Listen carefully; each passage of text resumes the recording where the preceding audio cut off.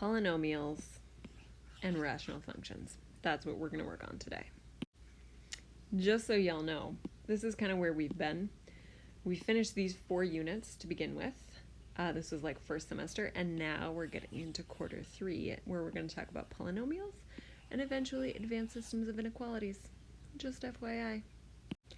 The goals I have for you today are: first, I can identify a polynomial and its degree, and I can identify a rational function. So that's all you need to be able to do by the end of the day today. You need to be able to look at something and be like, aha, that is a polynomial and its degree is blah. And then, I see that is a rational function. If you can do that at the end, you are set. Now in class, one of the things I asked people to do was in their head solve this problem. And when you guys did that, we were reminded of a couple things that are going to be really helpful, specifically distributing. Here's kind of how a couple different people did this. One person said they did, in their head, 11 times 11 times 2 plus 11. And what that ended up looking like was here, like 11 times 11, and they knew that was 121. But they had 2 of those, so that was like 121 here and 121 here. And then plus another 11. And that actually ended up getting them the correct answer, which is 253. Because when you add up 121 plus 121 plus 11, you get 253. This right here, where they had like 11, 11, and 1, if you add those together, they get 23. And so really what they did was they treated this like 11 times 11 plus 11 plus 1. That was one way.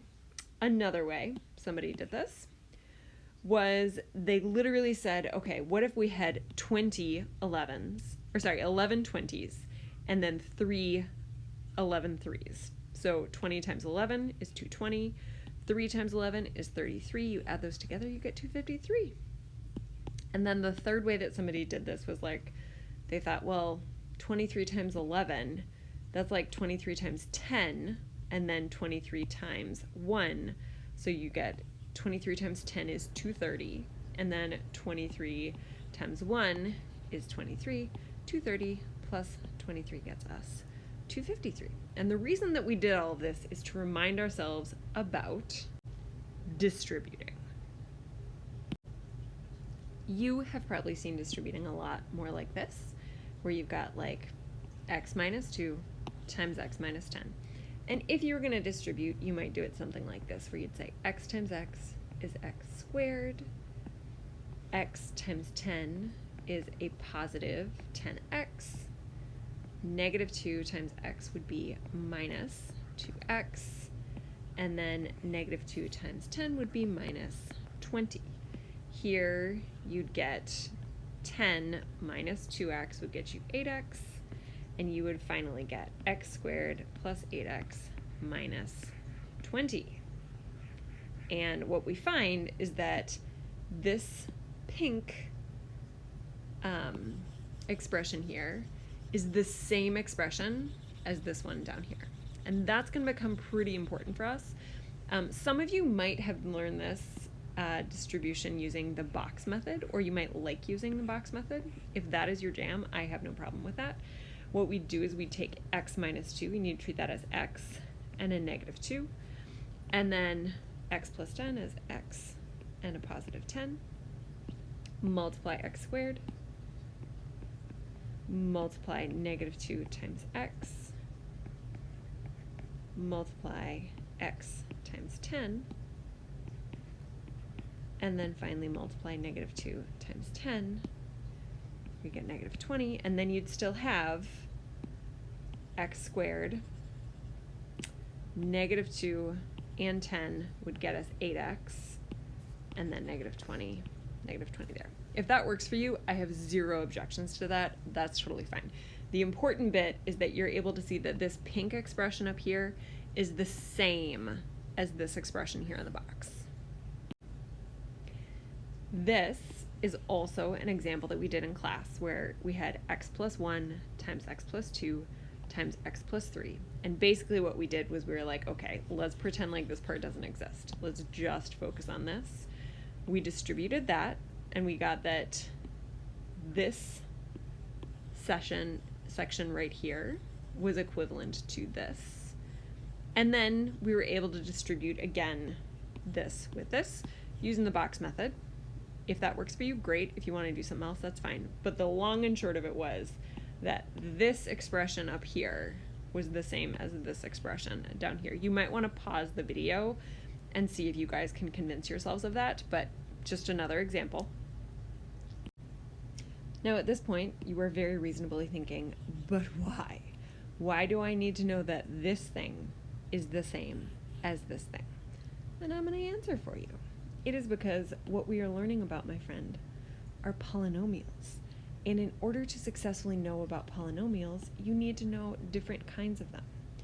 Now, a polynomial is any expression, and that's just like a math sentence, where the whole number exponents, kind of like this.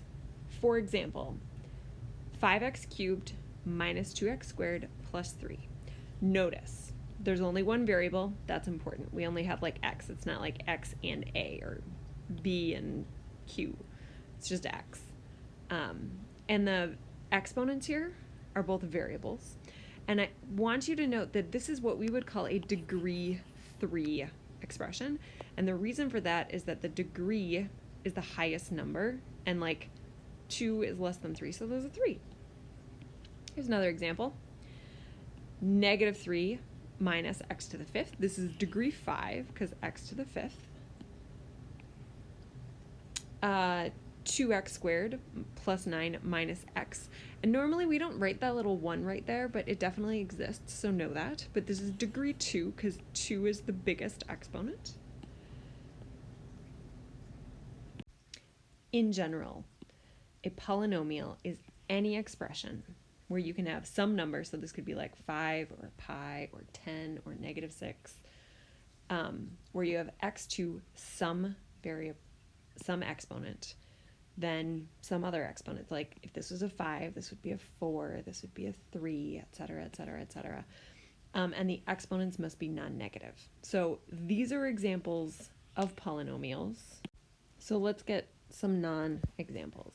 Anything where like cosine of x, definitely not a polynomial because it's not following this formula.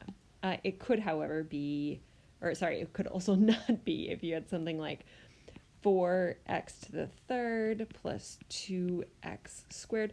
At this point, this one's still good. This is technically still a polynomial, but it's going to fail because right now I'm about to add minus 1 over x. All of a sudden, this is not a polynomial where the variable is in the numerator and it's got an exponent. So this is no longer a polynomial. They gotta look kind of like these. That one, and that one. Cool? And as one of our goals today is to talk about the degree of a polynomial, you should probably know that the degree of a polynomial is its largest exponent.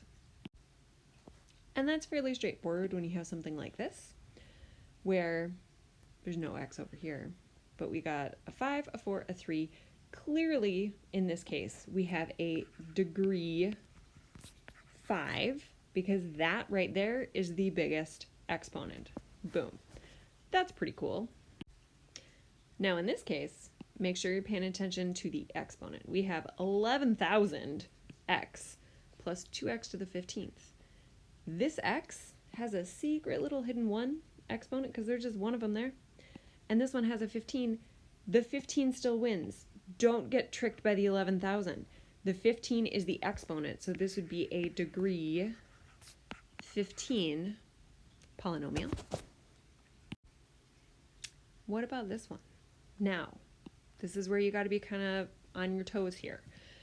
This right now, it looks like this just says an exponent of 1, and this has an exponent of 1, so you might think it's a degree 1, but if you distribute it, and you really got to think about in all of these cases, what happens if I distributed? You would end up getting that this was x squared plus 6 minus 4, so plus 2x, and then minus 24. In this form, it's got an exponent of 2, so this is, no matter what it looks like, degree 2. Even if it looks like this, you'd call it a degree 2, degree 2, degree 2. So a rational function is the quotient, which is a fancy word for division, of any two polynomials. For example, if we had f of x is just x squared, it's a fairly simple polynomial, but it counts, and g of x is x cubed plus 1, also counts, a rational function could be x squared divided by x cubed plus 1, or x cubed plus 1 over x squared.